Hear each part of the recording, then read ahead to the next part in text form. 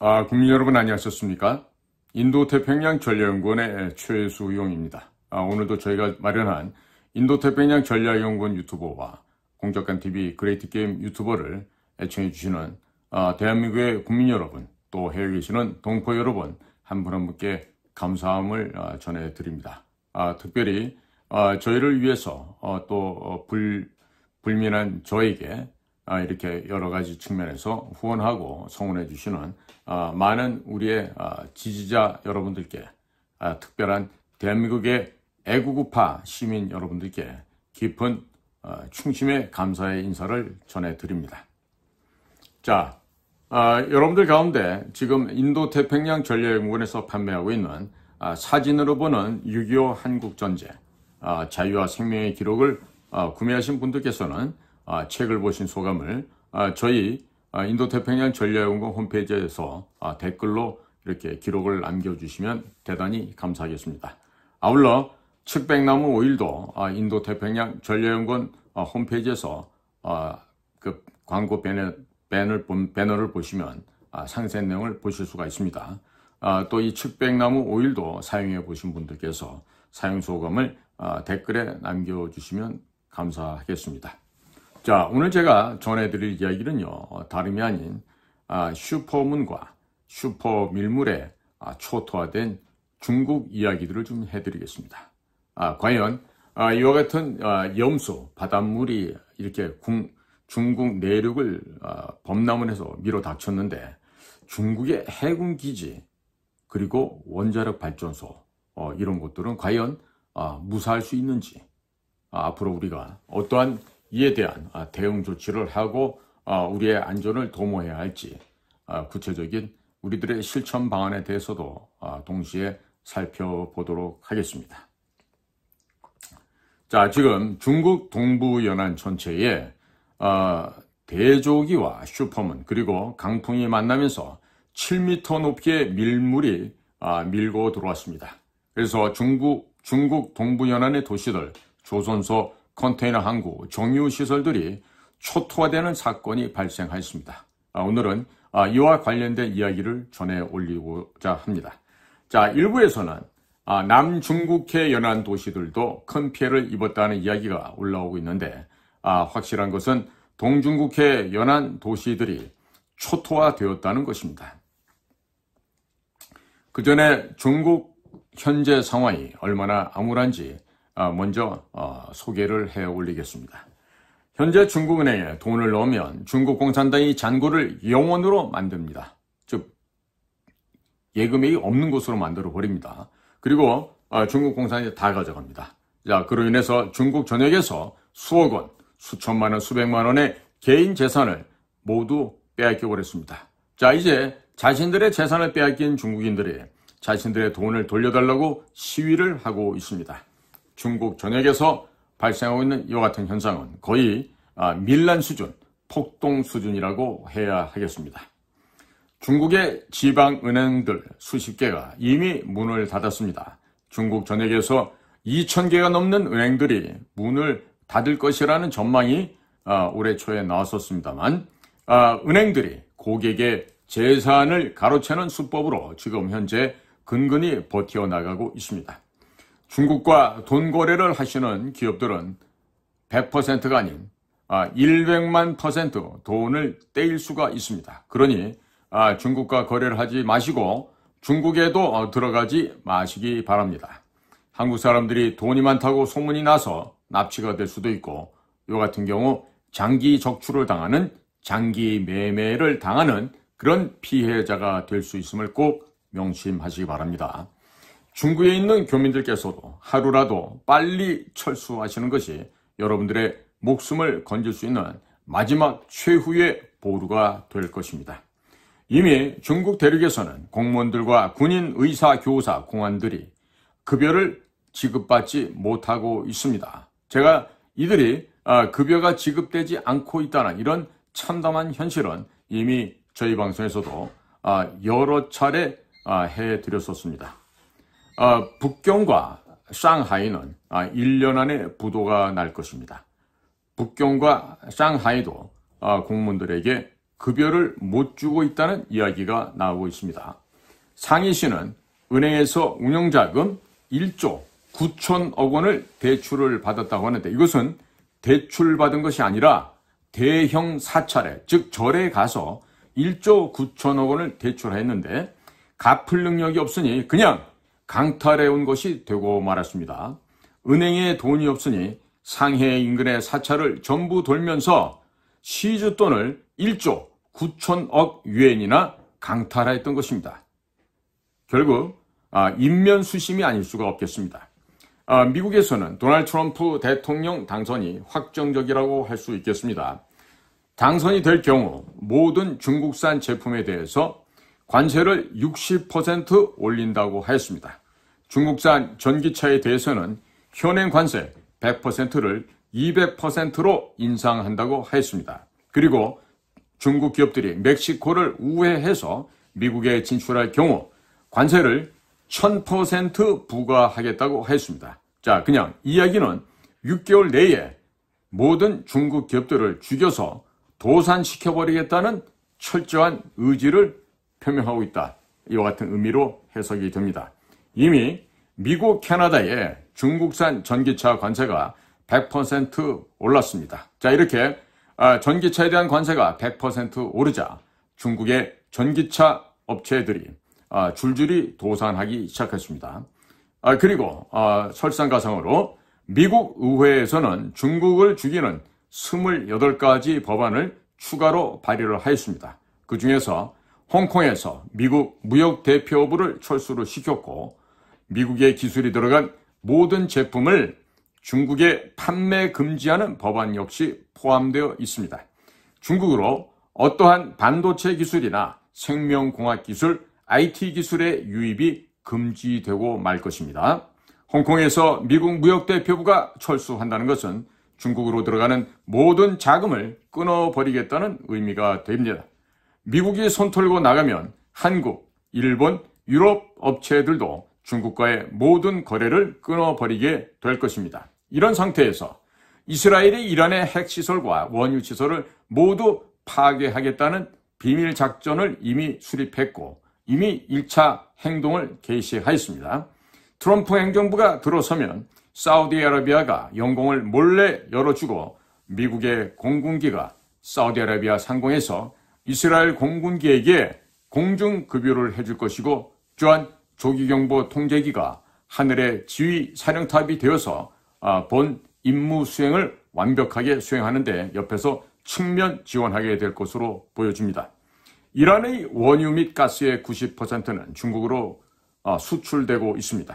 이스라엘에서 이란의 원유 시설을 모두 폭파하게 되면 중국은 에너지 수입의 3분의 1에서 2분의 1이 단절되게 됩니다. 끊어지게 된다는 얘기입니다. 그렇게 되면 3개월 내에 중국 내 모든 기업들은 줄줄이 도산을 하게 되고 올해 겨울에는 수억 명의 중국인들이 굶어 죽거나 얼어 죽게 될 것입니다.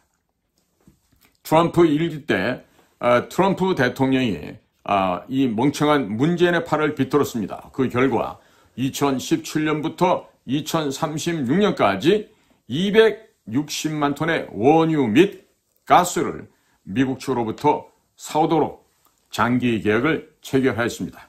이 때문에 대한민국에서는 에너지 수급에 대한 큰 영향을 받지 않게 되었습니다. 천만다행이 아닐 수가 없습니다. 이란에서 에너지를 가지고 오는 것도 없고 중동에서 에너지가 못 들어오고 안 들어오게 되면 미국 것을 미국의 석유, 미국의 가스를 추가로 더 사오게 되면 됩니다. 자, 그러니까 이에 반해서 중국은 그냥 말라 죽게 된다. 이런 이야기가 되겠습니다. 자, 여기까지가 현재 중국이 처해 있는 상황이 되겠고 지금부터는 어떻게 중국 연안 도시들이 바닷물에 의해서 초토화되어 갔는지 말씀해 올리겠습니다. 최근 동중국해와 인접한 중국의 연안 도시들이 전역이 대조기와 강풍 그리고 슈퍼문이 겹치면서 대형 쓰나미가 덮쳤습니다. 그리하여 중국 동부 해안 지역이 초토화되었습니다. 10월 17일 슈퍼문이 뜨고 이틀 만인 10월 19일에 중국 동부 연안 도시 전역에서 해안가 마을 대부분이 7m가량 불어난 바닷물에 의해 침수되는 대재앙이 발생하였습니다.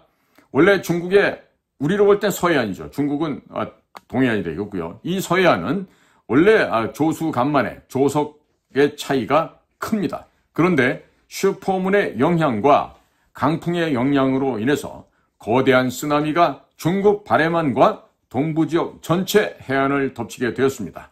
바닷물이 육지에서 7m 이상 올라가고 이 바닷물이 내륙 깊숙하게 밀고 들어가면서 내륙의 도시들과 농경지들이 바닷물에 침수되어 추수를 앞두고 있었던 중국의 농촌이 그야말로 초토화되었습니다. 중국의 농민들이 지금 망연자실 모든 희망을 잃어버리고 말았습니다. 차량들이 바닷물에 둥실둥실 떠다니는 장면도 출연하고 있는데 민물에 침수된 차는 대충 손봐서 씻고 타고 다닐 수 있을런지도 모르겠습니다만은 바닷물에 한번 담궈진 전자제품이나 자동차, 철판 등은 부식이 발생하고 바닷물이 마르면서 소금기가 각종 회로에 붙어서 오작동을 일으키기 때문에 그냥 다 버려야만 합니다. 고철로 쓰려고 해도 민물로 씻어내야 고철로 사용할 수 있기 때문에 바닷물에 한번 담궈지면 고철로 사용하는 것도 용이하지 않습니다. 중국 동부 연안의 모든 도시에서 피해 영상이 SNS에 올라오고 있습니다. 아마도 동부 연안 전체적으로 상당한 피해를 입은 것으로 추정되고 있습니다. 일부에서는 남중국해와 인접한 연안 지역도 큰 피해를 입었다는 영상이 올라오다가 돌연 삭제가 되고 있습니다. 시간이 지나면 지날수록 더 많은 영상이 올라올 것으로 예상되고 있습니다. 드론으로 찍은 영상 중에서는 바닷물이 육지로 밀고 들어오자 차량들이 놀라서 후진으로 도망가는 영상도 올라오는데 재난 영화의 한 장면을 보는 듯 착각을 하게 됩니다. SNS에 올라오는 영상들을 보게 되면 어선들이 해안가에서 좀 떨어진 인가까지 밀물을 타고 들어와서 주택가의 지붕에 올라가 있는 영상들도 보여줍니다. 어선들이 주택의 지붕 위로 올라가 있을 정도면 얼마나 침수되었는지 상상이 안 가는 상황이죠. 소형 선박들이 서로 부딪혀서 침몰하는 영상도 올라오는 등 완전히 아비규환, 지옥의 장면 그대로라 하겠습니다. 아마도 우리나라 서해안에서 불법 조업하던 중국 어선들 대부분이 근본 슈퍼문의 영향으로 발생한 슈퍼 밀물로 인해서 상당히 피해를 많이 입은 것으로 예상되고 있습니다. 방파제와 암벽이 부서지고 바닷물에 주택과 담벼락들이 부서지는 영상들도 보여지고 상당히 많은 어선들이 육지에 올라와 있거나 주택가 지붕에 올라가 있는 영상들도 많이 보이고 있습니다.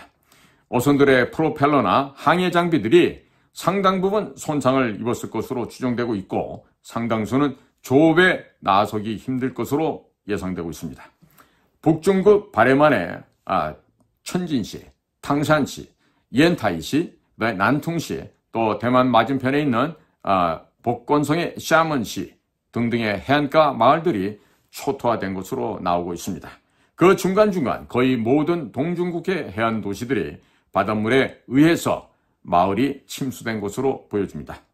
어느 영상을 보면 조선소에 바닷물이 밀고 올라오자 작업 중이던 인부들이 놀라서 도망가는 모습들도 보여지고 있고 컨테이너 부두의 하용용 크레인이 바닷물에 상당 부분 잠긴 영상도 올라왔다가 사라지고 있는데 아마도 중국 정부에서 재난 영상들을 모두 지워버리는 것 같습니다. 조선소가 물에 잠기게 되면 조선소 옆에 밀집되어 있던 조선 기자재, 선박 부품 공장들도 모두 바닷물에 잠겼을 것이라는 것은 안 봐도 비디오가 되겠습니다. 앞으로 중국에서 선박을 건조할 수 있겠습니까? 조선소가 침수 피해를 입게 되면 만들고 있던 선박을 선주들이 인수를 포기한다거나 건조 지연했다는 클레임을 크게 걸게 될 것입니다. 중국의 조선소들이 줄도산하게 될 것으로 전망되고 있습니다. 조선소와 선박 부품 업체들이 심각한 타격을 입게 되면 중국 해군 함정의 수리 및 건조가 힘들게 됩니다. 조선소에서 대형 구조물을 나르던 대형 특수 트럭들도 바닷물에 침수되었을 텐데 그러면 조선소는 작업이 불가능하게 됩니다. 특수 차량은 전부 해외에서 수입해야 하기 때문에 중국 조선소들도 아마도 상당 기간 동안 선박 건조가 불가능하게 될 것입니다. 컨테이너 크레인이 상당 부분 침수된 영상도 올라오고 있습니다. 컨테이너 항만에서 컨테이너를 선적하고 하역하는 크레인도 피해를 상당히 입은 것으로 보여지고 컨테이너 차량들도 상당 부분 침수된 것으로 관측되고 있습니다. 아마도 중국의 연안 항만들이 상당 기간 재구시를 못할 것으로 사료됩니다. 특히 상하이 같은 경우는 육지에서 바다로 약 30km 떨어진 해상에 인공섬을 만들고 이곳을 세계 최대의 컨테이너 항구로 만들었습니다. 중국 동부 해안에 바닷물이 7m까지 올라왔다고 하면 모르긴 몰라도 상하이 앞바다의 대형 컨테이너 부두 역시 침수 피해로 마비가 되었을 것입니다. 그리고 상하이 컨테이너 항만 맞은편에 닝보라는 곳이 있는데 이 닝보항 역시 세계적인 컨테이너 항구입니다. 이곳은 중국의 원유 저장 시설 및 화학 산업단지가 밀집되어 있는데 여기도 심각한 타격을 입었을 것입니다. 중국 해안가 곳곳에 크고 작은 컨테이너 부두와 화학 공장들이 즐비한데 아마도 이 모든 지역들이 이번 쓰나미로 인해서 초토화가 된 것으로 관측되고 있습니다. 이와 같은 곳들은 국가 보안 시설인 관계로 영상 촬영이 안 되기 때문에 영상이 안 올라온 것인지 아니면 피해 영상이 올라왔지만 중국 정부에서 삭제를 한 것인지는 아무도 모르고 있습니다. 중국 동부 연안 전역에서 바닷물이 7m 이상 높이로 육지 쪽으로 밀고 올라왔다면 이것들 또한 심각한 피해를 입었을 것으로 추정이 됩니다. 컨테이너 부두가 바닷물에 침수가 되면 컨테이너 항만에 쌓아놓은 수백만 개 혹은 수천만 개의 컨테이너가 모두 물에 잠겼을 것입니다. 물론 컨테이너 박스도 하단에 쌓이는 것은 침수되고 상단에 쌓여 있었던 것들은 손상을 입지 않았을 것입니다만은 그렇지만 하단에 쌓여 있었던 컨테이너에 어떤 물건이 얼마만큼 들어있는지 알아야만 피해 조사도 되고 피해 보상도 가능하게 됩니다. 하단에 쌓여 있어서 바닷물 피해를 입은 컨테이너를 모두 드러내려면 상단에 선적되어 있었던 모든 컨테이너 박스를 드러내어 다른 곳에 옮겨야만 하겠습니다. 생각만 해도 수십만 개, 수백만 개, 수천만 개의 컨테이너를 모두 드러내고 하단에 깔려있는 바닷물에 오염된 컨테이너를 드러내는 것은 사실상 불가능에 가까운 일입니다. 그리고 컨테이너 차량이나 하이어 크레인이 멀쩡하여도 불가능할 것인데 만일 이런 장비들 또한 고장이 났다고 하면 그냥 중국의 컨테이너 부두도 망하는 것이고 중국에 물건을 주문한 업체들도 모두 망하는 것입니다. 망국의 형색이 지금 곳곳에도 짙게 드리워지고 있습니다. 일단 물건이 중국에서 와야지 손상을 입었는지 파악을 할 것이고 또한 중국 항만이나 보험사의 손해배상을 요청할 수 있을 것입니다만 중국 항만에서 물건 배송이 안 되게 되면 중국 공장에 물건을 주문했던 업체들은 줄줄이 망하는 수밖에 없습니다. 자, 그러면 앞으로 누가 중국 공장에 물건을 주문하겠습니까? 그리고 중국의 동부연안 지역에 크고 작은 화학 공장들이 많은데 아마도 이 화학 공장들도 상당 부분 큰 피해를 입었을 것으로 지금 추정되고 있어요. 특히 화학 공장이나 원유 정제 시설들은 한번 공장이 서버리게 되면 파이프라인 안에 들어있는 원유나 화학 물질들이 굳어버리게 됩니다. 이 때문에 파이프라인을 모두 뜯어내야만 합니다. 파이프라인만 뜯어내고 다시 설치하는데 최소 6개월에서 1년 정도는 공장 가동을 중단시켜야만 하겠습니다. 자, 이것은 공장이 망하는 것 외에는 별다른 답이 없다는 것을 의미합니다. 그리고 정유공장 본체가 바닷물에 침수되었다면 그것은 더 이상 어떻게 쏜쓸 방도가 없습니다. 바닷물이 육지에서 7m 높이로 밀고 들어왔다면 이런 것도 아마 모두 침수되었을 것으로 추정되고 있습니다. 중국 해안에 원자력 발전소가 200여 개가 설치되어 있습니다. 원자력 발전도 큰 피해를 입었을 가능성을 배제할 수가 없는 상황이죠. 더불어민주당 의원들과 이재명은 중국 정부에게 중국 동부연안의 원전 피해 상황을 소상히 밝히도록 성명서를 내기 바랍니다. 지난번 장강 양쯔장 중상류에 있던 우한 조선소에서 중국 해군의 핵 잠수함이 침몰했을 때에도 더불어민주당은 중국 정부에게 방사능 오염물질이 서해로 흘러갈 수도 있으니 대책을 세우라고 했어야만 했는데도 말 한마디 못하였습니다. 이번에는 꼭 중국 정부에게 방사능 오염 대책을 세우라고 성명서를 내기 바랍니다. 자, 이재명과 더불어민주당 정치인들은 중국에서 얼마나 많은 정치자금을 받고 여성들을 성상납 받았는지는 모르겠습니다만은 태평양으로 흘러가서 한반도로 오지도 않는 일본의 원전 처리수에 대해서는 난리를 치며 당장 서해로 중국 원전과 핵 잠수함에서 흘러나오는 방사능 오염 물질이 흘러갈 수도 있는 현 상황에서 전라도 어민들이 키우고 있는 수산물들이 중국산 방사능 물질로 인해 모두 오염될 수가 있습니다. 자, 그런데도 전라도에 가서 표만 달라고 하지만 말고 중국 정부 측에게 대책을 세우라고 강력하게 이야기를 하고 요청을 해야 될 것입니다. 더불어당은 전라도 주민들 표만 빨아먹지 말고 정작 중국산 오염물질로 인해서 전라도 수산업이 초토화될 수 있는 상황을 명심하기 바랍니다. 아무리 힘든 상황이 되더라도 이에 대한 철저한 대비책을 세워야 되는데 현재 더불당은 아무런 대책조차도 세우지 않고 있습니다. 전라도 여러분들은 각성하기 바랍니다. 자, 전라도 도민 여러분들, 전라도에 계시는 우리 대한민국 국민 여러분들, 더불어민주당 정치 몰입애들에게 이용당하고 버림당하는 그런 창피한 일들을 더 이상 당하지 마시게 됩니다.